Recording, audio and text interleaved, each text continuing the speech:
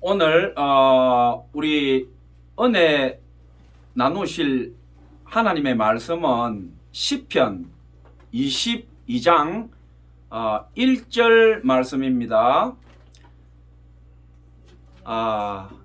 제가 봉독합니다. 내 하나님이여, 내 하나님이여, 어찌하여 나를 버리셨나이까? 어찌 나를 멀리하여 돕지 아니하시오며 내 신음소리를 듣지 아니하시나이까?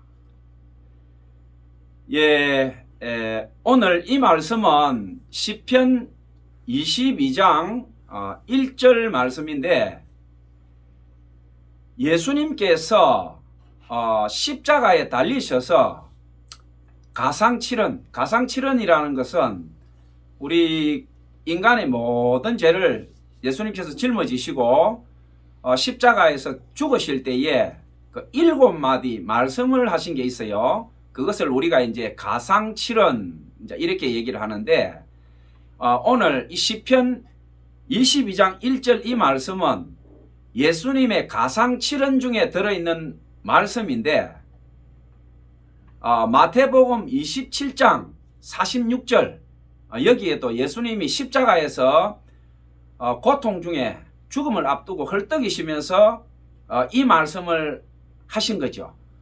이게 엘리 엘리 라마 사박다니, 내 하나님 내 하나님 어찌하여 나를 버리셨나이까? 이 말씀을 절규를 하시는데, 신기한 것은 다윗은 예수님이 이 땅에 태어나기 1000년 전의 사람이에요. 1000년 전에. 우리가 예수님이 태어나신 것을 기준으로 여러분 생일이 다 정해졌잖아요. 내 나이가 50이다, 60이다, 30이다. 불교도든 유교든 무슬림이든 이 세상의 무당 점쟁이든 자기 생일은 예수님 태어난 그 기준 날짜로 정해집니다. 올해가 2022년이죠. 2022년이라는 근거는 예수 그리스도가 이 땅에 오신 날을 기준으로 정해진 거예요. 그러니까 이 땅에 생명이 있는 히스토리, 역사 모든 것들은 예수 그리스도의 탄생과 오심을 기준으로 BC, AD 이렇게 이제 나누어지죠. 예수님이 역사의 중간에 하늘의 하나님께서 인카네이션, 육화되셨다. 신이 인간이 됐다는 이야기죠. 인카네이션, 이 신비죠. 어떻게 신이 인간의 피와 살을 가지고 이 시간과 공간 속으로 올 수 있느냐. 이게 인카네이션, 신비라는 거죠. 성육신, 성스럽게 육화되셨다. 육화라는 것은 고기 육이죠. 우리 인간의 육체를 이제 비유해서 성육신 이렇게 얘기를 하는데, 왜 제가 이게 신비라고 이렇게 말씀드리냐 하면, 다윗은 예수님이 탄생하기 1000년 전의 사람인데, 다윗이 1010년 BC 1010년 예수님 태어나기 1010년 전에 이스라엘의 왕이 되죠. 남유다의 왕이 되었다가 뒤에 이제 통일왕국의 왕이 되는데, BC 1010년부터 970년도 40년 동안 다윗이 이스라엘을 다스렸어요. 그러니까 예수님 태어나기 1000년 전의 사람인데, 예수님이 십자가상에서 엘리 엘리 사박다니 이 얘기를 하는데, 1000년 전에 다윗이 한 말 그대로 예수님이 1000년 후에 십자가에서 이 말을 그대로 하시는 거죠. 그래서 시편 22편은 예수님이 십자가에 붙잡혀서 돌아가시는 그 상황을 다윗이 그대로 기록해 놓은 겁니다.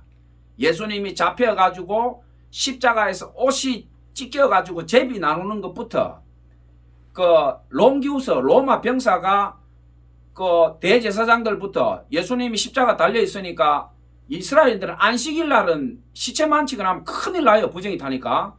그러니까 다음날 안식일을 지내야 되니까 대제사장들, 바리새인들, 사두개인들이 와가지고 빌라도한테 와서 시체를 빨리 끌어내려라. 우리 안식일이 있으니까 저거 십자가에 달아놓으면 하나님 앞에 큰 죄다. 그러니까 예수님 좌우에 섰던 두 강도는 십자가 달리기 전에 채찍을 안 맞은 거죠. 그러니까 이 사람들은 피를 많이 안 흘렸으니까 십자가에 살아 있었어요. 근데 예수님은 십자가 달리기 전에 빌라도가 자기 부인이 꿈을 꾼 게 있죠. 저 선한 사람을 절대 건드리지 말아라. 내가 어제 꿈을 꿨는데 이상한 꿈을 꿨다. 저 사람은 죄가 하나도 없고 거룩한 사람이다. 빌라도 아내가 전날 꿈을 꾸고 빌라도한테 저 사람 절대 건드리지 말아라. 저 사람 죄 하나도 없고 너무나 거룩한 사람이다. 그러니까 빌라도가 예수님의 죄를 갖다가 보고 처형해야 되는데 아무 죄가 없어. 계속 빌라도가 풀어주려고 손까지 씻으면서 마지막에 그 대제사장들부터 이 죄 없는 사람을 갖다가 십자가에 달 때 그 죄를 뒷감당 어떻게 하느냐니까 그 유대인들 대제사장들부터 사두개인들이 얘기하죠. 바리새인들이 그 피값을 우리와 우리 자손들에게 돌리소서 그렇게 얘기하잖아요. 빌라도가 물을 떠와서 손을 씻습니다. 이 죽음에 이 피에 대해서는 나는 아무런 죄가 없다. 빌라도가 손을 씻어버리죠. 그러니까 우리가 사도신경 할 때 빌라도에게 고난을 받으사 이렇게 지난번에 하는데 이 실질은 안 맞아요. 대제사장들과 유대인들, 바리새인들, 사두개인들에게 고난을 받아사 그 이제 빌라도가 그 당시에 식민지를 통치하는 총독이었으니까 당신이 풀어줄 권한이 있는데 왜 죄 없는 사람을 억지로 십자가에 달았느냐. 그러니까 형식적으로 빌라도에게 고난을 받았다라고 하는 거지 실제적으로 예수님을 죽인 거는 유대인들이죠. 유대인들, 바리새인들, 대제사장들, 사두개인들. 그 당시에 요즘으로 치면 장로교, 감리교, 순복음 교단의 총회장들이 못을 박아버린 거예요. 왜냐? 자기들이 하나님 팔아서 성전 세받고 장사하고 예수님이 그랬잖아요. 성전에 가서 쌍을 뒤집어 엎으면서 누가 하나님의 집을 장사하는 집 토굴로 만들었냐? 어? 내 아버지 집은 기도하는 집이다. 예수님이 살아 생전에 성전 청소하셨잖아요. 그러니까 이 사람들이 자기들이 기득권 가지고 하나님 팔아서 장사 잘 해먹고 있는데 예수님이 오셔가지고 문둥병자 고치고 하나님을 예배하고 찬송하는 건 그런 거 아니야. 고아와 가부와 객을 보살피고 하나님의 아들 딸을 사랑하고 진실로 하나님을 예배해야지. 너희들 지금 하는 거는 하나님을 거꾸로 섬기고 있는 거야. 완전히 혁신적으로 뒤집어 엎어버리니까 자기들이 기존에 가지고 있던 권력이 예수님이 옴으로 인해서 청중들이 구름처럼 따라다니고 호산나 호산나 막 난리가 나니까 이 대제사장들부터 예수님을 죽이려고 수없이 모의를 하죠. 근데 수천 명이 예수님을 따라다니니까 죽일 기회가 없었던 거죠. 그러다가 가룟 유다가 밤에 팔러 오고 예수님이 순순히 잡혀주니까 일사천리로 진행을 해서 이제 빌라도한테 가서 십자가 못을 박은 거죠. 자, 우리가 원래 성경이나 말씀의 은혜를 나눌 때는 성경 본문을 가지고 처음부터 끝까지 가버리면 좋긴 하지만 지금 우리 감사만 교회에서는 우리 감사만 교회에 출석하는 성도도 중요하지만 지금 이 말씀이 우리가 요즘은 전 세계로 인터넷을 통해서 말씀이 복음이 되어서 전파가 됩니다. 그래서 신자들은 성경 말씀으로 시작해서 성경 말씀으로 가버리면 제일 좋아요. 군더더기가 없고 하나님 성경 말씀하고 그대로 설교하면서 가버리면 제일 좋은데 예수님을 모르는 불신자들이나 일반인들은 설교 말씀에 성경 말씀으로 해서 말씀으로 가버리면 채널을 돌려버려요. 안 봅니다. 그러니까 비유라든지 세상 이야기라든지 적절하게 비빔밥이 되어야 자기가 듣다가 보면 귀에 들어오는 말이 있어야 돼요. 저거 내 이야기인데?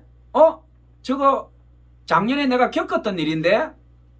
저건 내가 20대 30대 때 겪었던 이야기 저 목사가 지금 하고 있잖아. 그렇게 했을 때 사람들이 이제 설교를 들어요. 아무리 우리가 불신자들에게 복음을 전하고 예수님을 전하고 하나님 말씀을 전하려고 해도 상대방이 나한테 공감이 되지 않고 뭐가 교통이 안 되면 안 들어요. 내 딸 이야기, 내 엄마 이야기, 내 아들 이야기, 내 직장 이야기, 내 친구 이야기, 내 아픈 이야기를 탁 건드릴 때 그 설교를 들어요. 아, 저거 내 이야기인데 저 목사가 나하고 만난 적도 없는데 인터넷에서 저 사람이 내 살아온 과거를 모르는데 왜 내 과거 얘기하고 있지? 그럴 때 그 사람이 그 설교를 듣습니다. 들으면서 하나님 말씀과 함께 그 마음의 심령이 문이 열리고 아무도 모르는 비밀을 저 목사가 지금 얘기하고 있구나. 하나님 살아계신 건 맞네. 저 목사가 내 과거를 어떻게 안다고 지금 내 얘기하고 있는 거야? 그래서 하나님의 말씀은 만 사람 천 사람에게 맞춤식이에요. 똑같이 1000명이 듣는데 설교 말씀은 저 목사가 지금 내 얘기하고 있다. 내 얘기. 그건 하나님의 신비죠. 그래서 저는 설교할 때 항상 비유나 예화나 세상 이야기를 좀 곁들입니다. 그것은 왜냐하면 우리 믿는 사람은 거룩이나 깊은 기도나 어떤 성찰의 시간으로 계속 가면 돼요. 그런데 우리가 복음을 전하고 설교를 선포하고 또 전도하고 또 이렇게 가는 것은 이미 하나님 안에 들어온 아들 딸보다는 불신자들 또 이교도들 복음을 전혀 모르는 사람을 기준으로 말씀을 전하는 것이 이것이 훨씬 더 하나님의 나라나 우리 예수님의 사랑 또 우리 안에 내주하시는 성령님의 인도하심에 대해서 훨씬 더 저는 열매가 크다고 생각하기 때문에 그래서 세상 얘기를 저는 좀 설교할 때 많이 곁들입니다. 그래서 여러분들이 들을 때도 저 목사가 왜 세상 이야기를 자꾸 하고 있지 그렇게 생각하지 마시고 제가 세상 얘기나 비유를 말씀드릴 때에 저 목사가 저 선교사가 지금 불신자들이나 믿지 않는 세상 사람들을 위해서 저 말을 지금 안에 넣어서 얘기하고 있구나 이렇게 들어주시면 감사하겠습니다. 그리고 지금 뭐 유튜브라든지 또 SNS나 또 어떤 온라인 매체를 통해서 제 얘기를 듣고 계신 여러분들도 얘기를 계속 듣다 보면 처음에는 이해가 안 돼도 한마디 두마디 듣다 보면 자꾸 귀에 들어오고 스펀지에 물이 스며 들어가듯이 하나님의 은혜가 여러분의 영과 혼과 육에 스며 들어가서 여러분들의 영혼을 구원하고 이 세상 여행이 끝났을 때 영원한 고향 우리 푸른 초장 하나님 집에 갈 줄 믿습니다. 아멘. 예. 추석이 뭐 9월 달에 원래는 좀 빨랐죠. 9월 달에 추석이 지나갔는데 뭐 제 개인적인 얘기를 조금 아시는 분도 있겠지만 저는 좀 늦게 신학하고 뭐 한 20년 가까이 이제 된 것 같아요. 뭐 간단히 얘기하면 제 위에 형님 두 분이 목사님인데 뭐 집에 부모님도 불신자셨고 농사 지으시고 우리 형제간 중에 뭐 신앙생활 하는 사람들이 없었어요. 그러니까 큰 형님이 아버님이 술을 많이 드시고 역마살이 계셔가 가정을 안 돌보시고 뭐 조선팔도로 떠돌아다니시고 또 저희 어머니는 밀양의 최고 갑부집의 딸이었는데 일제시대 때 그 정신대 때문에 일본 형사나 뭐 순사가 오면 우리 외가가 밀양 최고 갑부니까 우리 외가 와서 이제 숙식을 해결하는 거예요. 그러니까 아무리 뭐 외놈 순사라 해도 자기들이 밥을 얻어먹고 숙식을 하니까 우리 외가는 이제 함부로 할 수 없는 거죠. 밀양 최고 갑부집이고 뭐 창녕조씨의 그 이제 뭐 박경리 소설 보면 토지에 나오는 그 있잖아요. 그 뭐 최찬판 제가 토지에 나오는 최찬판 그 집 기와집 보다가 외할머니 돌아가셔가지고 제가 5살 4살 정도 된 것 같은데 어머니 손잡고 이제 평생 어머니가 그 가난한 집에서 집 밖을 안 나가시더니 한날 제 옷을 갈아입히시고 손을 잡고 이제 표정이 이상해요. 얼굴이 뻘겋게가 눈이 퉁퉁 부어가지고 가자 이렇게 해서 이제 따라갔는데 뭐 그게 밀양인지도 몰랐죠. 어머니 손잡고 쫄랑쫄랑 따라가니까 이제 아니 무슨 얘기를 좀 해줘야 되는데 외할머니가 뭐 멀리 가셨다 이제 뭐 5살짜리가 사람 죽은 걸 어떻게 알겠어요. 그래서 이제 외할머니가 할머니 계시는데 할머니가 지금 어디 가셔가지고 엄마 엄마의 엄마니까 엄마가 슬퍼서 운다 이런 말을 하고 해야 될 텐데 동네 입구 갈 때까지는 안 울다가 그 동네 입구 들어서면서 갑자기 이제 그게 옛날 분들 전통이었던 것 같아요. 자식들이 동네에 부모 동네에 들어갈 때 울면서 들어가야 된다는 그런 게 있었던 것 같아요. 갑자기 어머니가 막 큰 소리로 막 와 우니까 이제 제가 얼마나 놀랬겠어요. 4살 5살짜리가 어머니 막 손을 잡고 엄마 왜 그래 왜 그래 뭐 대답도 않고 막 계속 우는 거예요. 이제 그러면서 동네로 들어가는데 제가 보니까 그 TV 박경리 토지에 나오는 그 최찬판 때 그 보면 기아집 있고 그 돌담 있고 막 있잖아요. 끝이 없이 그 집 연결된 옛날에는 이제 큰 부잣집을 99칸이라고 100칸 이제 100칸을 집을 못 짓도록 돼 있어요. 임금이 있으니까 아무리 부자라도 99칸만 짓도록 이제 이렇게 하는데 제가 밀양에 가서 그 보니까 아이고 최찬판때 집 가면 더 커요. 우리 외가가 끝이 안 보여요. 집이 뭐 임금이 사는 집 같아요. 보니까 그 정도 이제 부잣집이에요. 가니까 어머니가 이제 딸이니까 이제 셋째 딸인가 그랬는데 그 뭐 일본 정신대 때문에 급하게 결혼시키느라고 이제 뭐 외할머니가 인근 한 30여리에 총각들 다 수배해라 해가지고 이제 돈은 우리 집에 있는 다 있으니까 막 사내만 멀쩡하고 똑바르면 재산이든 땅이든 집이든 다 준다. 그러니까 남자만 찾으라니까 그 당시에 매파가 그 인근 여리에 한 30리 50리를 찾고 찾아서 찾아낸 게 저희 아버지인데 요즘으로 치면 뭐 학력도 보고 뭘 다 볼 텐데 그 당시는 이제 뭐 학력이 볼 게 뭐 있었어요. 일제시대인데. 그러니까 몸 건강하고 인물 좋고 이제 이걸 제일 우선으로 본 거예요. 그리고 형제가 많고 시부모 살아 계시고 그게 1순위니까 저희 아버지가 당첨된 거예요. 이제 뭐 형제가 많지 뭐 저희 아버지가 젊을 때 보면 뭐 남궁원이보다 더 잘생겼어요.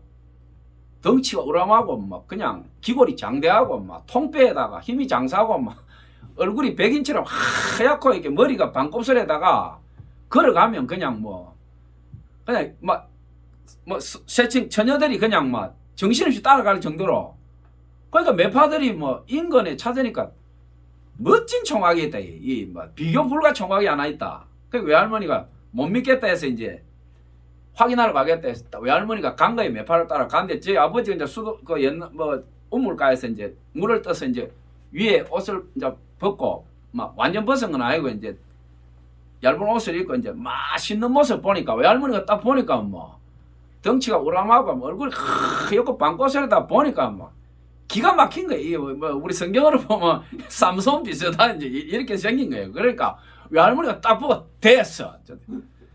결혼을 시켰는데 저희 어머니가 16, 아버지가 18에 결혼하셨는데 이것이 우리 외할머니가 돌아가실 때까지 눈을 못 감은 거예요. 가슴에 손을 올리고.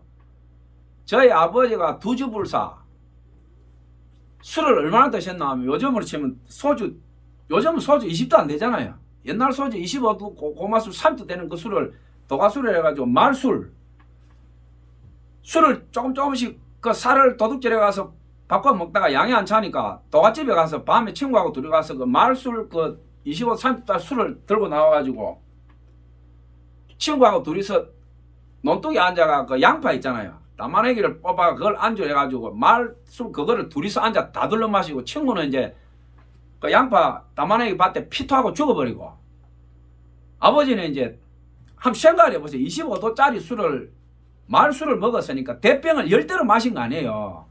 한 대 먹어도 죽는데 10대를 앉아가 그 안주도 없이 양파를 먹고 둘이 앉아가 다 퍼먹고 사람이라고 할 수 없는 거죠. 사람의 한계를 넘어간 거죠.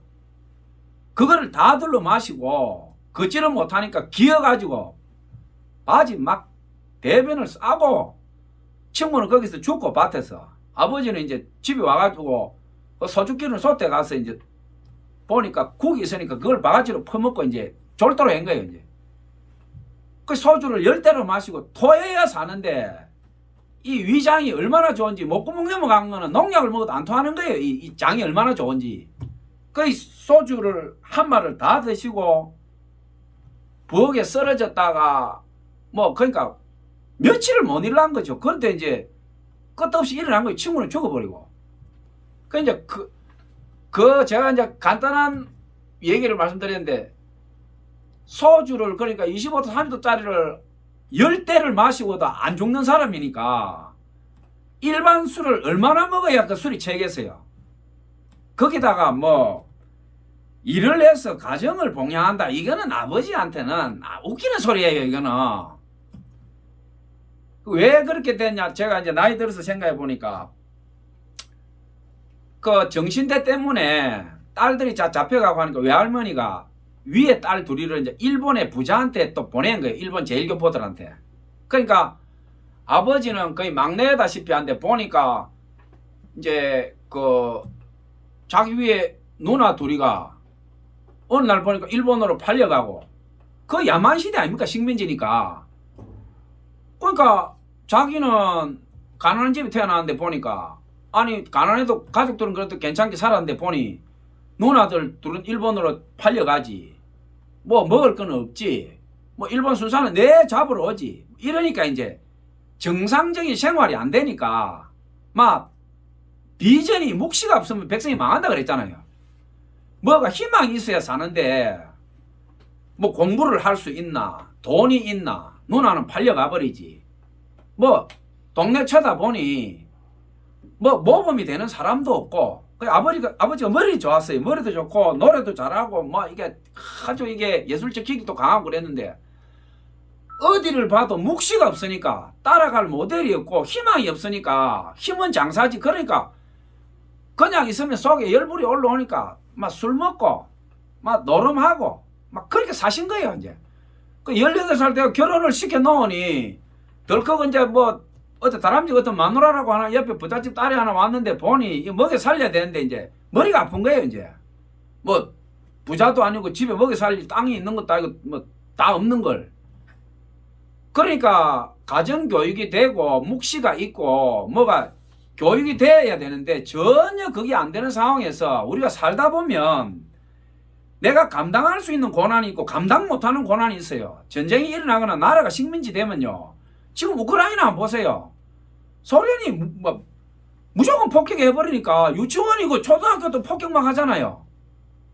아니 자기 5살 7살짜리 애가 피투성이 돼가 죽는데 엄마가 그걸 보는데 거기에 뭐 윤리 도덕이 있어요? 거기는 법도 없는 거예요. 그 사람들한테 하나님 사랑이라 그러면 그 사람들이 하나님 사랑이라 그러겠어요? 내 딸 5살짜리가 폭격돼가지고 내 앞에서 피를 토하면 죽는데 하나님은 사랑이시라 그러면 그 사람들이 아멘 하겠어요? 하나님이 살아있으면 이런 일이 어떻게 일어나 이렇게 안 하겠어요? 하나님이 그런 거 아니죠. 인간의 악이 그렇게 한 거죠. 우리가 아담이 선악과를 따먹고 늙고 병들고 죄 가운데 살아가는 이게 우리 인간의 비참한 운명이에요. 우리는 잠시 머물다가 우리 영원한 집에 가는 하나의 과정 중에 있어요. 이게 좋게 표현하면 소풍이고 나쁘게 얘기하면 우리는 시간과 공간 이 지구촌에 기양 온 거예요. 기양. 우리 영원한 집에 가기 전에 잠시 여기 머물고 있는 거예요. 그 과정에 결혼하고 아들 딸 낳고 이제 막 부대거리고 있는 거예요. 후라이팬 앞에서 막 복닥거리고 있는 거예요 지금. 그러니까 저희 아버지 같은 경우는 이제 결혼을 했지만 어른도 아니고 남편도 아니고 막 하나의 그 성숙한 인격체로서도 전혀 불합격이었던 거죠. 그러니까 본능이 있으니까 그냥 뭐 방에 있으니까 뭐 부부 관계는 하니까 이제 애는 자꾸 생기고. 그러니까 이제 첫 애가 생겼는데 보통 첫 애가 생기면 얼마나 기뻐요. 신랑이 마누라면 먹고 싶다는 거 해주고 이래야 되는데, 어머니는 부잣집에 사셨다가 그 시집을 갔는데 가니까 밥을 해먹는 게 아니고 밥도 아니고 보리쌀도 아니고 뭐 고구마인지 감자인지 시커먼 걸 삶아서 먹고 있는데, 태어나서 한 번도 그걸 먹어본 적이 없대요. 워낙 부잣집에 살았으니까. 먹어본 기억도 없고 막 보니까 부끄럽고 막 이상한 걸 먹고 있어서 결혼해 새댁이 시집을 갔는데 3일 굶었대요. 3일을. 새댁이 시집 와서 3일을 굶고 있는데 아무도 너 밥 먹으라 말도 안 하고. 그러니까 뭐 한 명 안 먹으면 나머지 사람이 먹을 게 많으니까 비참하지 않아요? 뭐 그런 야만적인 시대고 생활이었으니까 그래가 그 가난한 가운데 애를 배워 낳았는데 신랑이라는 사람은 내 도망가 버리고 시집 식구들은 뭐 완전히 그냥 옛날 시어머니들 그 있잖아요. 며느리 뭐 막 들들 볶는 거 죽도록 일만 시키고 그 어머니가 임신을 했는데 제대로 먹지도 못하고 뭐 굶는 걸 밥 먹듯이 하고 막 매일 뭐 부잣집에 살면서 논밭 일 한 번도 안 해봤는데 가서 뭐 매일 종일 일하고 이러니까 이제 빈혈이 막 그게 따르다가 애기 놓고도 굶고 그렇게 해서 막 천신만고 끝에 그 애를 기른다고 길렀는데 신랑이 이게 신랑 구실을 안 하니 그 애가 똑바로 자랄 수가 없는 거죠. 그래가지고 이제 첫 애를 3살인가 4살에 잃어버리고 이제 어머니가 독이 올라온 거죠. 내가 이러다가는 자식 다 죽이고 이러다가는 내가 내 친정 어머니 부모 욕 다 얻어먹이고 내가 이러다가는 내가 그래도 밀양 창녕조씨 대양반가의 밀양 제일 가문인데 이렇게 해서는 안 되겠다 이러가 어머니가 독을 품고 이제 사신 거죠. 그 밑에서 총 이제 7명의 자녀가 제가 7번째 이제 막내인데 첫 번째 자식은 그렇게 해서 이제 잃어버리고 어머니가 핏발이 선 거죠. 하이 맺혀서 내 피를 먹여서라도 내 새끼 살린다 이렇게 해가지고 이제 뭐 아버지는 계속 이제 뭐 낙하유서 한량이죠. 뭐 외갓집에서 논 주고 밭 주고 집 주고 쏘주면 막 당일치기로 가서 팔아가 뭐 술 먹고 노름하고 도망가 버리고 막 참 제가 목사 선교사가 돼서 아버지 얘기를 이렇게 하는 게 참 뭐 어떻게 보면 불효죠. 내가 아버지 얘기를 이렇게 하는 게 불효지만 제가 이 얘기를 하는 것은 뭐냐면 분명히 나와 같이 성장한 사람이 있을 거라 이 말이에요. 그 상처와 고난과 그 어머니에 대한 그 가족들이 자라난 그 성장 배경 이 문제를 가지고 있는 사람이 수없이 있을 거예요. 그러니까 하나님께서는 뭐냐면 너만 상처 있는 게 아니다 이 말이에요. 너만 그런 고통 가운데 자란 게 아니다 이 말이에요. 그러니까 그 과정 속에서도 하나님의 사랑과 역사심이 있다. 어떻게 인생을 하나님께서 이끌어가는지 봐라 이거죠. 고난과 고통과 상처는 중요한 게 아니죠. 누구나 그건 오지만 그 과정에 역사하시는 하나님과 하나님께서 그 쓰레기 갖고 말로 표현할 수 없는 그 과정 속에서 우리 인생에 관여하시고 얼마나 위대한 인생으로 이끌어 가시는가. 그것이 우리가 성경 읽고 예수님 믿고 하나님 예배하는 인간과 불신자들의 차이죠. 불신자들은 그 수초에서 빠져나오지 못해요. 계속 그 저주 속에서 살아갑니다. 그런데 그럴지라도 내가 100번 1000번 죽는 게 낫지만 그럴지라도 내가 하나님을 찬송하면서 한번 살아보리라. 내 먹을 것이 살 한 줌밖에 없지만 내 뒷집하고 나누어 먹으리라. 내 새끼 옷 사주는 것도 모자라지만 뒷집 애한테 내가 내 애 옷을 나누어 주고 이 고통을 함께 짊어지리라. 이것이 우리 예수 믿는 사람들의 마인드 아닙니까? 그 가운데 하나님께서는 복을 주시고 우리 인생을 위대하게 만들어 가시는 거죠. 그러니까 제가 저희 아버지 이야기를 잠시 하다가 옆으로 잠시 나왔는데 뭐 그 수많은 우리 가족사를 얘기하면요 뭐 박경리 토지 그거 더 하면 되지 덜 하지는 않을 거예요. 제가 우리가 소설이나 실화를 할 때 전지적 삼자의 시선이 있어요. 전지적 삼자. 전지라는 것은 전지전능은 하나님만 이렇게 우리가 하는데 소설가들은 뭐냐면 예술이나 문학가들은 다 본인이 전지전능한 사람이 되는 거예요. 내가 적으니까 1인칭 전지적이면 내가 주인공이 되어버린 거예요. 제3자 전지적이라는 것은 내가 주인공이 아니고 제3자의 시선으로서 소설의 주인공을 이끌어가는 거죠. 그러니까 저희 어머니의 눈으로 제가 소설을 써버리면 제3자 전지적 시선이 되지 않겠어요? 제가 우리 어머니가 돼서 소설을 써버리면 토지보다 더한 게 나오겠죠. 제가 우리 아버지 관점에서 써버리면 그거는 뭐 쓰레기 되겠죠. 평생 술 먹고 놀고 뭐 도망친 이야기밖에 없는데 그게 무슨 문학 작품이 되겠어요? 그거는 쓰레기 인생이죠. 근데 어머니의 눈으로 쓰면 이거는 노벨 문학상도 받을 수 있겠죠. 그러니까 뭐 그 중에 딸이나 아들의 관점에서 써버리면 그거는 뭐 전지적 2인칭 3인칭도 될 수 있겠죠. 왔다 갔다 하겠죠. 제 입장에서 쓰면 어떻게 됩니까? 전지적 1인칭 소설 되겠죠. 막내 아들의 눈으로 가족사를 쓰면. 그러니까 제가 오늘 설교하면서 저희 가정 이야기를 잠시 드린 것은 뭐냐면, 그렇게 한 여자가 전쟁의 소용돌이 속에서, 지금도 우크라이나하고 소련하고 러시아하고 붙어서 난리잖아요. 저렇게 되면 우크라이나에는 저희 가정 같은 고통을 가진 사람들이 수만이 나옵니다. 그게 다 글자화돼서 나오지 않았다 뿐이지, 뭐 5살, 7살, 10살, 뭐 자식 죽은 부모가 한두 계세요.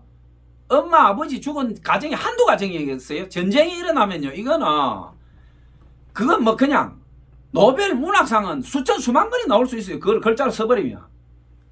그러니까 제가 지상에서 영원으로 오늘 설교 말씀을 이렇게 여러분들에게 제목을 뽑아놓고 저희 가정 얘기를 잠시 드리는 것은 뭐냐면, 태어난 사람은 다 이 땅에서 하늘나라로 갑니다. 우리는 그 과정에 있죠. 그 과정에 있는데, 제가 설교하면서 저희 가정 얘기를 이렇게 오픈하면서 그 지독한 세월 속에서 저희 큰형님이 그래도 나이가 제일 많으니까 어머니는 내일 굶으시고, 그러니까 큰형은 맨 위에는 이제 하늘나라 가버렸고, 그 두 번째죠. 우리 집에서 살아있는 자식 중에 큰형 맏형인데, 큰형이 가만 보니까 먹을 게 뭐 보리쌀 한 그릇밖에 없는데 엄마는 매일 굶고, 밑에 동생들 쪼르르 있는데 보니까 동생들도 뼈만 붙어가지고 매일 배고프다고 오니까 이제 큰형이 차마 그 보리 갱죽이라 그러죠. 그걸 못 먹고 밖을 빙빙 돌아간 거예요. 밖을 빙빙 도니까 이제 선교사들이 옛날에 이제 와서 그 나눠줬잖아요. 뭐 우유가루도 나눠주고 과자도 나눠주고 이러니까 큰형이 이제 자기는 입 하나 든다고 바깥에 돌아다니면서 그걸 얻어먹은 거예요. 이제 그게 우리 집에 복음이 들어온 이제 계기가 된 거예요. 큰형이 동생들 굶으니까 입 하나 든다고 돌아다니면서 빙빙 돌면서 선교사들한테 가서 이제 줄 서가지고 그 선교사들 이야기한 거 듣고 앉아 기다리고 있으면 끝나고 나면 선교사들이 뭐 나눠주니까, 지금 우리가 필리핀이나 저 동남아나 다른 모산 나라 가서 선교사들이 그냥 뭘 안 줘요. 그냥 주면 들고 가버리니까. 그럼 뭐 예배 보면 설탕 한 봉지, 밀가루 한 봉지 준다, 옥수수 가리 준다, 그러면 예수님 하나님 관심 없어요. 자기들 목적은 뭐냐, 밀가루 설탕 한 봉지 얻으려고 억지로 앉아 있는 거예요. 쭉 와가지고.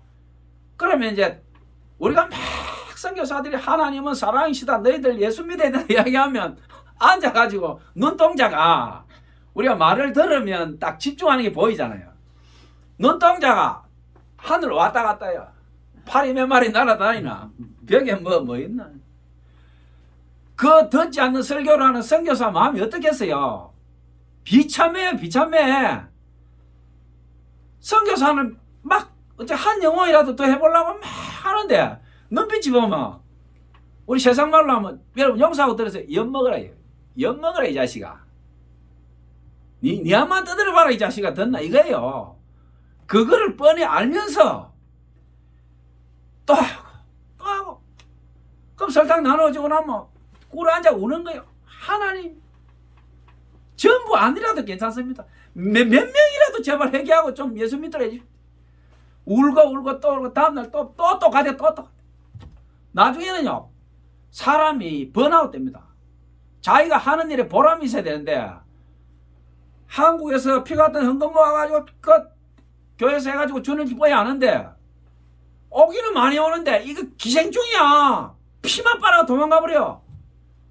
또 왔구나 이 기생충들. 끝나고 나면 설탕만 들고 도망갈 놈들.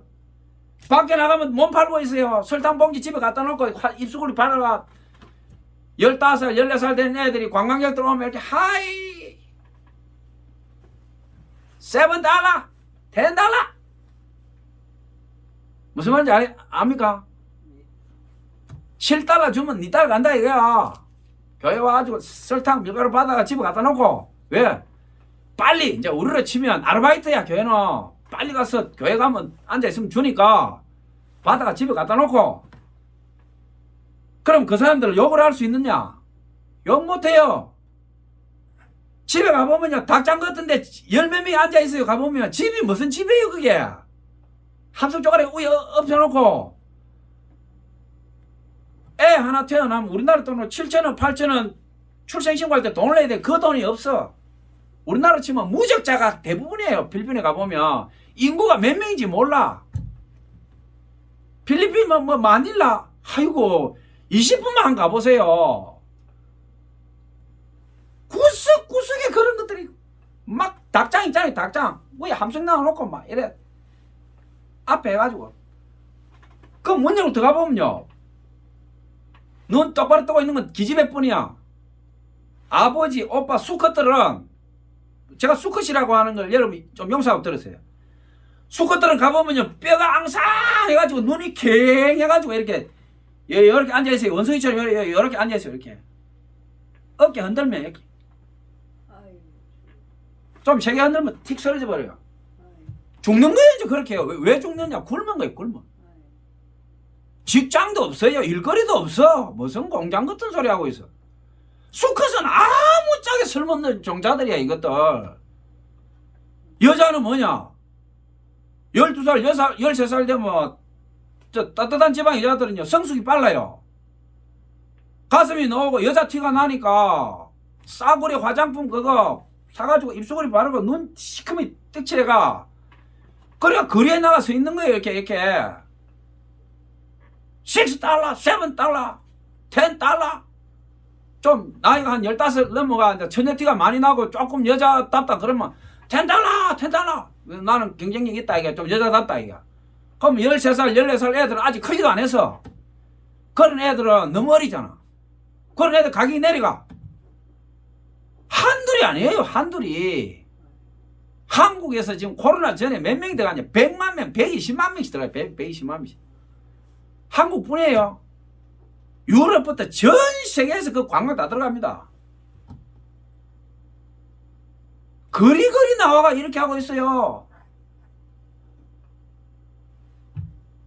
이게 지옥 아닙니까? 지옥이 뭐 죽어서 가는 게 지옥도 있지만 저는 이게 지옥이라고 봐요. 본능은요. 우리가 그러잖아요. 한국 땅에서는 미성년자 뭐 하면 경찰이 잡아가고 뭐 한국의 법이 강하죠. 아이고 베트남 필리핀 태국 좀 가보세요. 아이고 웃기는 소리 하지 말아요. 웃기는 소리 하지 말아요. 달러 10달러 들면요 뭐 로마 시대는 아무것도 아니야 그냥.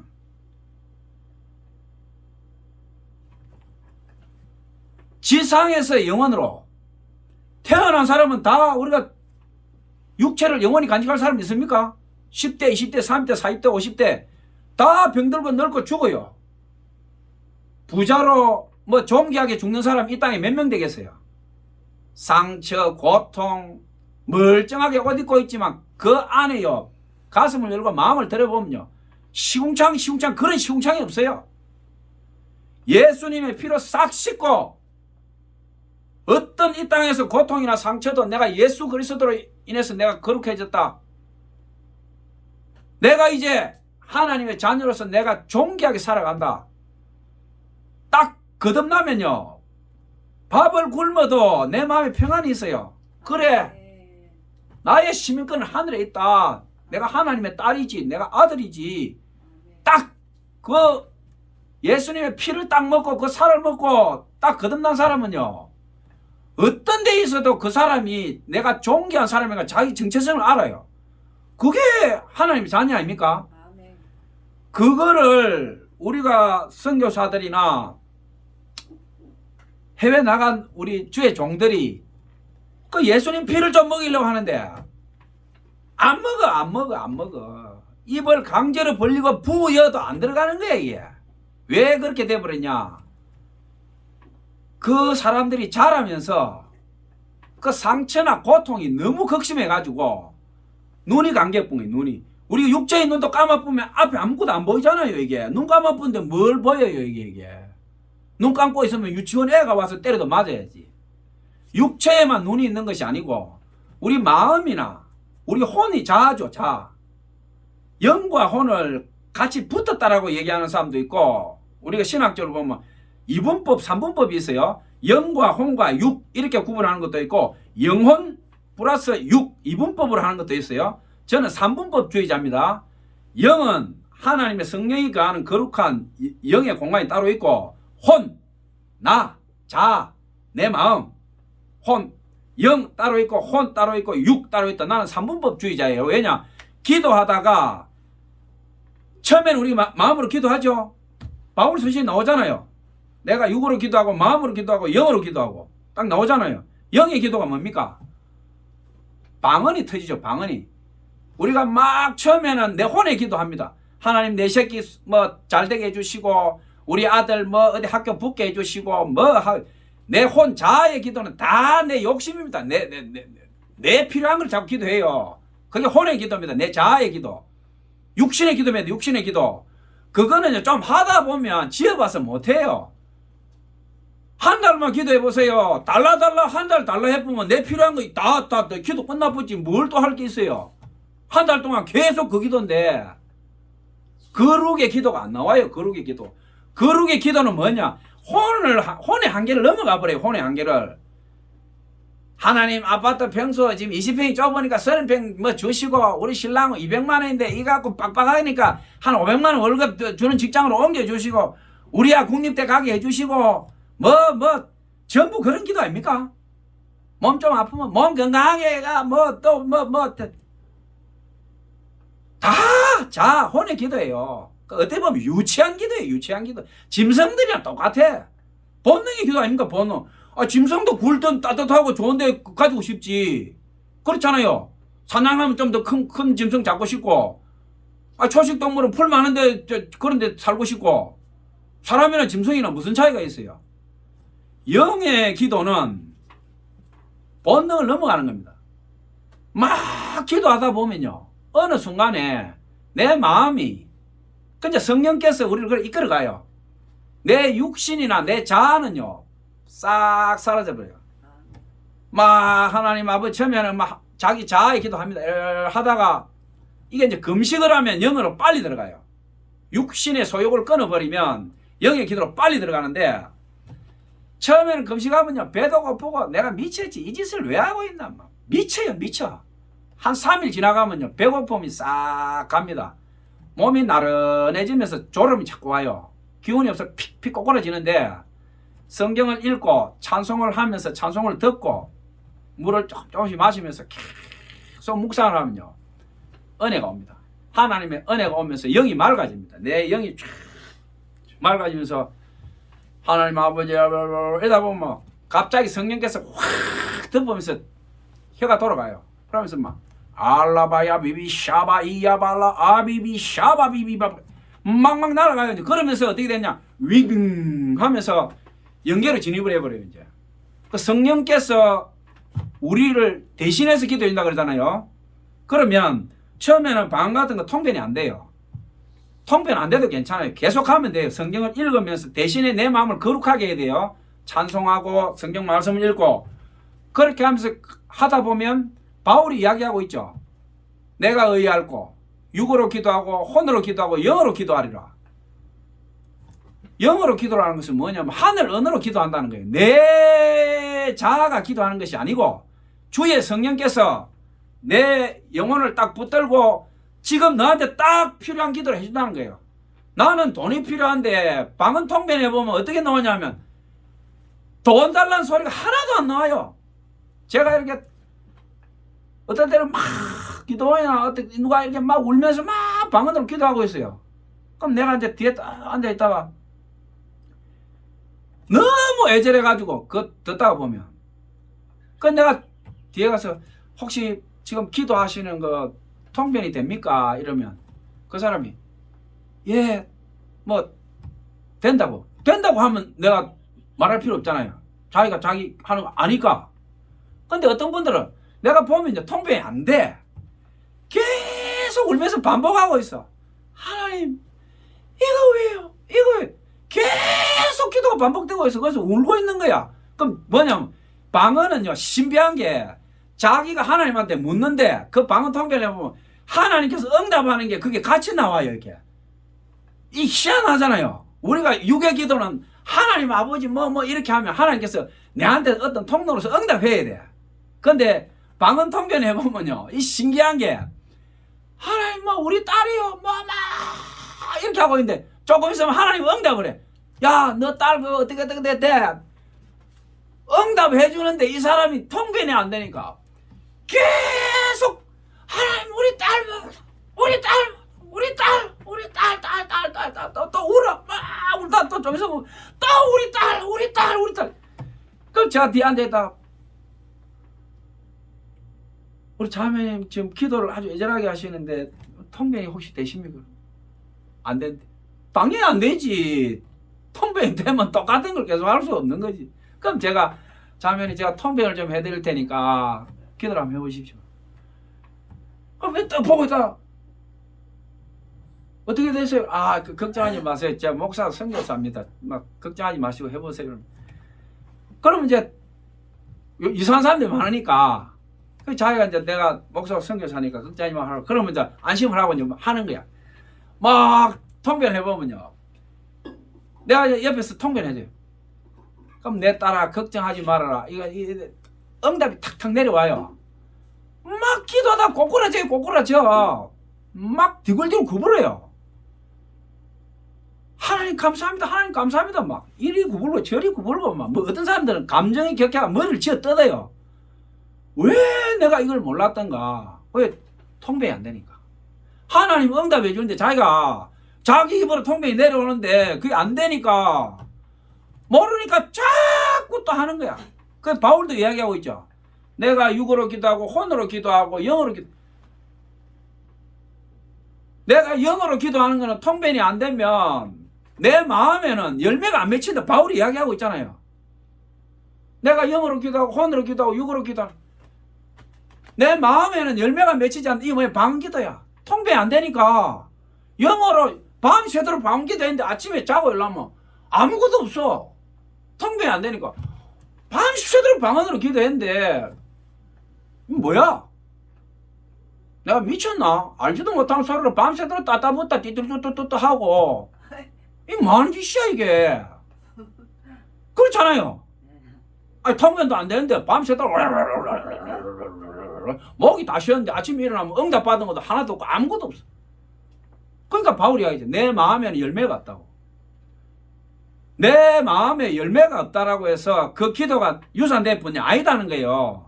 성령께서 나를 대신해서 밤새도록 기도해 줬기 때문에 너가 통변이 안 될지라도 네 기도는 유산된 게 아니다 이 말이에요. 그대로 하늘로 올라갔다 이 말이에요. 그러니까 내가 성경을 읽고 내 마음이 거룩한 가운데서 처음에는 다 통변이 안 돼요. 그게 정상이야.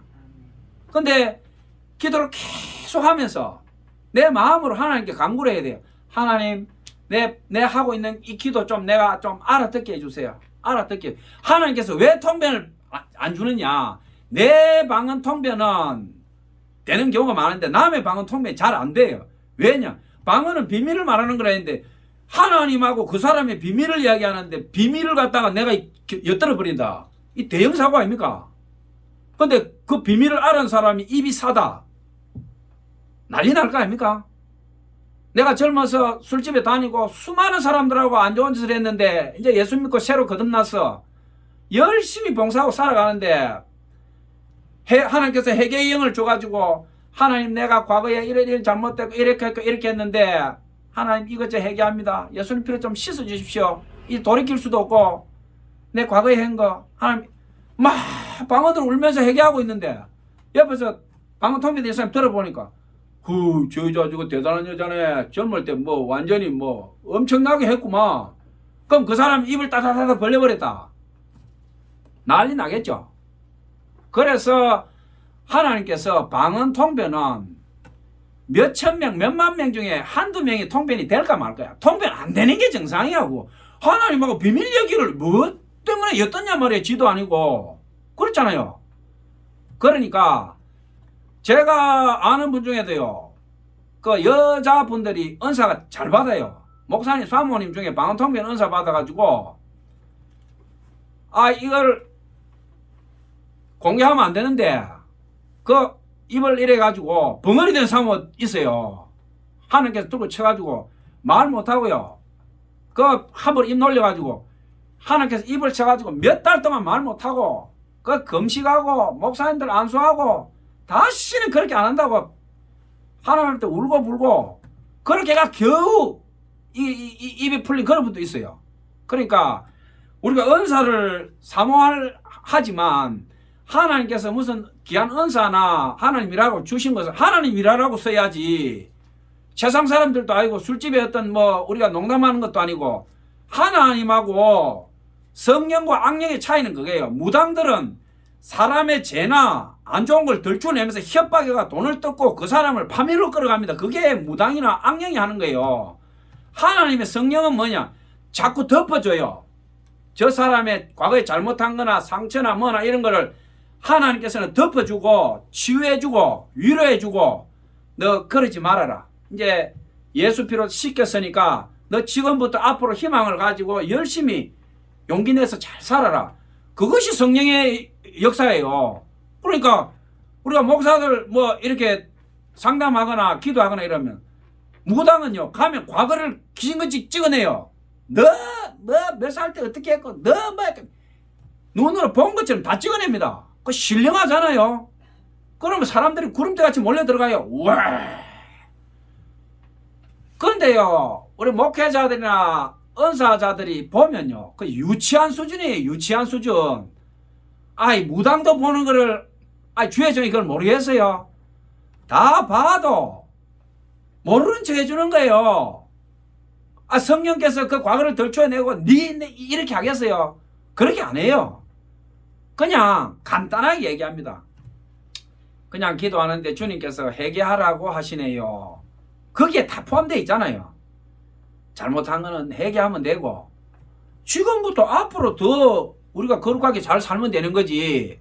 그 과거의 일을 다 끄집어내 가지고 사람들 인데서 망신을 주고 그 사람 마음에 돌이킬 수 없는 칼자국을 남기고 그게 어떻게 성령께서 하시는 일이겠어요? 성령은 절대 그렇게 안 해요. 그냥 회개하라 하고 감동 주시고 회개하면 두 번 다시 안 묻는다 그랬잖아요. 하나님께서. 예수 피로 지어버린 거는 일사부재리에요. 한번 지어보면 끝난 거야. 다시 그거 안 끄집어낸다 이 말이에요. 그러니까 오늘 예수님께서 십자가에서 내 하나님이여 내 하나님이여 어찌하여 나를 버리셨나이까 어찌 나를 멀리하며 돕지 아니하시오며 내 신음소리를 듣지 아니하시나이까. 예수님께서 이 땅에 오셔서 우리 죄를 다 뒤집어 서시고 돌아가시면서 이 말씀을 하셨고 다윗도 똑같이 이 말씀을 시편에 기록하고 이렇게 적어 놓았는데 제가 앞에 저희 집 아버님 이야기를 잠시 좀 은혜스럽지 않지만 말씀드린 것은 뭐냐 하면 우리가 태어나서 똑같이 70년 80년 90년 이렇게 살다가 하지만 평범하게 무탈하게 살다 가는 분도 있고 정말 안 태어났으면 좋겠다 이런 마음으로 살다 가는 분도 있고 또 보면 남의 피를 빨면서 기생충처럼 살다 가는 그런 인간들도 너무 많아요. 그러니까 오늘 이 말씀을 가지고 제가 여러분들하고 은혜를 같이 나누고자 하는 것은 뭐냐면 이 땅에 태어나서 예수님처럼 살다 가는 인생도 있고 또 우리가 그 지존파 있지 않습니까? 우리나라에 그 감당할 수 없는 그 참 국민들에게 그 충격을 준 지존파들 사람을 죽이고 막 토막을 내고 보일러실에서 태우고 그 막 인육까지도 먹고 막 그렇게 그런 사람들도 있는데 그러면 그 지존파들이 그러면 우리가 예수 믿고 살아가면서 거룩하게 살아가는 사람들하고 그 지존파들하고 인간의 종교가 완전히 틀리냐? 아니에요. 그 지존파들도 똑같이 어떤 엄마가 낳아서 젖 물렸고 소중하게 키웠어요. 그런데 왜 그렇게 됐냐? 우리 사회악이에요. 사회악. 가난과 어떤 권력자들, 정치, 우리 사회 구조가 어떤 개인이나 가정을 핍박하고 고통을 주면 그 자녀들이 상처받고 그렇게 자랄 수밖에 없는 거예요. 그거는 개인으로 보면 개인 악이지만 우리 사회적으로 보면 우리 사회 구조 악이에요. 우리 사회가 그 사람을 그렇게 만들어버린 거예요. 독일에는 교도소가 어떻게 되어 있냐면 교도소가 호텔보다 더 좋아. 교도소에 갇히면요 죄인들이 미안해서 모니터로 만들어버린 거예요. 완전히 식사도 최고고 기술도 국비로 해가지고 최고의 기술을 다 가르쳐주고 뭐 교도관이나 간수들이 뭐 그 죄수들을 괴롭히는 게 아니고 완전히 이거는 무슨 식사 대접하듯이 그렇게 해버리니까 죄를 지은 사람들이 미안해서 두 번 다시 올 때가 못 되는구나. 왜냐면 벌을 받아야 되는데 국가에서 국민 세금으로 기술 가르쳐줘. 최고 좋은 음식 줘. 잠자리 최고로 제공해줘. 이렇게 해버리니까 교도소에 독일에는 한번 들어온 사람들이 두 번 다 재범률이 거의 없다는 거예요. 재범률이. 이거는 인간으로서 참 할 짓이 못 된다. 국가적으로도 그렇고 내 개인적으로도 그렇고 내가 앞으로 나가면 두 번 다시 죄를 안 지어야 되겠다. 열심히 일해가지고 내가 세금을 많이 내야 되겠다. 선진국이 바로 그게 선진국 아닙니까? 후진국으로 갈수록 교도소가 사람을 괴롭히고 뭐 비리나 이렇게 감당을 못해요. 그러니까 제가 지존파 얘기를 잠시 드렸는데 그 지존파들이요 마지막에 회개하고 다 예수님 영접하고 죽었어요. 어떻게 그렇게 되냐? 그 교도소에 가면 그 교도소 담당하는 목사님 계세요. 처음에 복음을 전하니까 아니 사람을 죽여서 토막하려고 보일러실에 불 지르고 그 인육까지 뜯어먹는 놈들이 그 예수님 믿고 회개하겠어요? 그 목사님이 예수님 얘기하고 뭐 복음 전에 처음에는 얘들이 하하하 웃으면서 그 있잖아요. 눈이 막 표독스럽게 찢어지면서 내 같은 놈이 구원받으면 하나님 없다 이거야. 내 같은 놈이 구원받 맞잖아요. 자기도 자기 죄를 아는 거예요. 세상에 예수 믿고 천국 갔다는 소리 나도 들어서 알고 있다 이거야. 근데 내 같은 놈까지도 구원하고 내 같은 놈이 구원받으면 어떻게 하나님 계시고 그게 되겠냐 이 말이야 이게. 내 스스로 생각해 나는 지옥 100번 가야 되고 나는 용서 받으면 안 된다는 거예요 이제 이게. 지극히 맞는 말이잖아요. 근데 그 복음을 전달한 목사님께서 맞다. 너가 한 짓은 1000번 만번 용서 못 받을 짓이 맞다. 그러나 너 그 흉악한 죄를 예수님께서 너 대신 받았다. 그러면서 예수님께서 십자가에 돌아가시면서 그 고통받았던 거, 이 가상칠은 있잖아요. 내가 목마르다. 너 대신 예수님께서 하나님께 십자가 매달려서 내가 목마르다. 내 아버지 어찌하여 나를 버리시나이까. 이렇게 처절하게 비명을 지르면서 네 죄를 예수님이 다 덮었었다. 그러니 너는 이제 네가 한 짓에 대해서 예수님 이름으로 피눈물 흘리면서 회개해라. 그리고 너가 죽인 그 피해자 가족들을 위해서도 네가 회개하고 참여해라. 네 죄는 예수님이 이미 받았다. 그러니까 너는 너의 죄를 생각하지 말고 회개하고 너 몸에 때 묻으면 어떡해? 목욕탕가 때로 씻으면 때가 없어지지. 네가 지은 죄는 예수님이 이미 덮어서버렸다. 십자가에서 도말했다. 그러니 너는 이제 깨끗하게 예수 피로 씻고 하나님 앞에 회개하고 피해자 가족들 위해서도 피눈물 흘리면서 회개하고 너 다시 거듭나라. 너 살인자 사람 토막내고 불에 끄시려고 인육 먹고 한 너 지존파는 죽었다. 예수님이 십자가에 돌아가시고 부활하셨듯이 너도 예수 피로 씻기고 다시 부활했다. 새로운 인간이 됐다. 이신칭의 믿음으로 너는 다시 거듭났다. 그러니까 복음을 받아들여라. 예수를 믿고 회개해라. 그러니까 이놈이 가만히 생각해 보니까 말이 된단 말이야 이게. 내 죄를 예수님이 덮어서 버렸고 내가 죽었다가 다시 태어났다. 거듭났다. 머리가 안만 나빠도 이해가 되잖아요 이게. 내 죄를 누가 덮어서 버렸다 그러면 옛날에도 우리 죄 지으면 대신 매 맞는 사람이 있었잖아요. 그러니까 가만히 생각해 보니까 이거는 예수는 억울하겠지만 내한테는 살 길 아니냐 이게야. 그 말 되네. 공짜는 없다. 이 공짜는 없어. 예수가 네 죄를 덮어선 대가를 너는 지금 지불해야 된다. 뭐냐? 네 마음을 회개하고 깨끗하게 씻어야 된다. 도둑놈 마음은 안 돼. 예수가 왜 네 죄를 뒤집어 쓰나? 니를 살리려고 뒤집어 쓴 거 아니냐? 그러니까 너는 예수 이름으로 피눈물 흘리면서 너는 회개해야지, 반성해야지. 그러니까 뒤집어진 거예요, 이놈이. 뒤집어져가지고 죽기 전에요, 사형당하기 전에 피해자 가족한테 그렇게 절절하게 잘못했다고 빌고 울고 불고 완전히 시행관이 돼서 죽었어요. 현장 이슬로 갔어요. 지상에서 영원으로.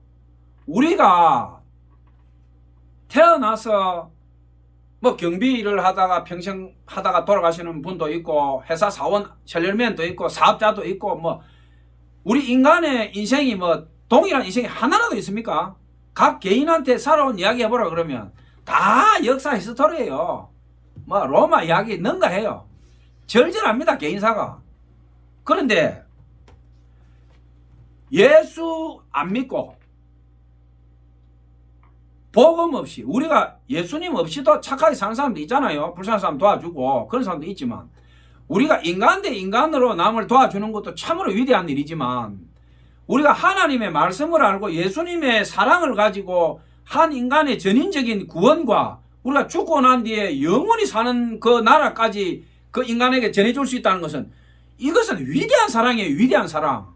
우리가 이 땅에서 착한 일 하는 거는 육의 사랑이잖아요. 육의 사랑. 굶으니까 살 주는 거 아니에요. 선교사들이 필리핀이나 다른 나라 가서 밀가루 설탕 한 봉 주는 거 우선 배부른 거예요. 우선 오늘 잠시 굶어 죽는 거 면한 거예요. 육의 사랑이 얼마나 가겠어요? 설탕집에 갖다 놓고 원팔로 가버리는데 그게 무슨 의미가 있는 사랑이냐 이 말이에요. 단지 죽는 거 그냥 생명이, 육의 생명 잠시 하루 연장시키나 한 거지. 예수님의 피와 사랑, 예수님의 사랑, 하나님 자녀 아들 딸로서 그 사람이 거듭났을 때는 이거 위대한 사랑인 거예요. 위대한 사랑. 아멘. 이 생명이 거기서 끝나는 것이 아니고 예수님의 피가 끝없이 흘러가는 거죠. 우리가 그것 때문에 주일날 교회 와서 예배도 드리고 찬송도 하고 기도도 하고 집에 가서 10년 전이나 20년 전이나 책상 두드리고 하면서 하나님 앞에 울고불고 기도하고, 우리가 그것 때문에 예수 믿는 거 아닙니까? 지상에서 영원으로. 우리가 어릴 때는 하루 가는 게요, 영원처럼 길어요. 이게 생일날 기다리면 1년이 얼마나 늦게 와요. 추석 구정되면 옷 한 벌 얻어 입으려고 말이지. 아무리 기다려도 그 날짜 안 와요. 근데 나이가 한 40 넘어가 봐요. 뭐 1년이 그냥 하루처럼 막막 지나갑니다. 이게 나이 80, 90 된 분들한테 한번 물어보세요. 성경에도 있잖아요. 모세의 기도 10편 90편에 보면 인간의 수명이 70이고 강건해야 80이고 1000년이 하루 저녁에 경점이 경점. 1000년이 얼마나 깁니까? 근데 1000년의 세월이 하루 저녁에 경점, 순간 찰나다. 이 모세가 한 얘기가. 그러니까 지상에서 영원으로 우리가 이 땅에 잠시 머물다 가지만 살아가는 모든 날들 중에서 우리가 예수님을 잘 믿고 또 하나님 자녀로서 나의 인생뿐 아니고 수많은 다른 사람들의 인생도 같이 우리가 위대한 사랑으로 품어줄 수 있도록 우리 여러분 모두 예수님 이름으로 축복합니다. 아멘. 감사합니다. 우리 기도하겠습니다. 하나님 감사합니다. 오늘 지상에서 영원으로 주님의 아들 딸들과 함께 주일 은혜를 나누었습니다. 부족한 종의 허물과 가정사도 덜추어내었고 또 성경의 말씀 또 예수님 또 수많은 인생들 얘기도 함께 했습니다. 주님, 부족한 것은 예수님 피로 씻어주시고 또 모든 찬송과 영광과 우리 불쌍한 인생들의 앞으로 남아있는 인생길을 주님께서 책임지시고 개입하시고 역사하여 주시옵소서. 함께 주님 앞에 예배한 이 귀한 얼굴들, 이 인생들 주님 기억하시고 주여 주님 나라 갈 때 기억해 주옵소서. 예수님 이름으로 감사하며 기도합니다. 아멘. 아멘.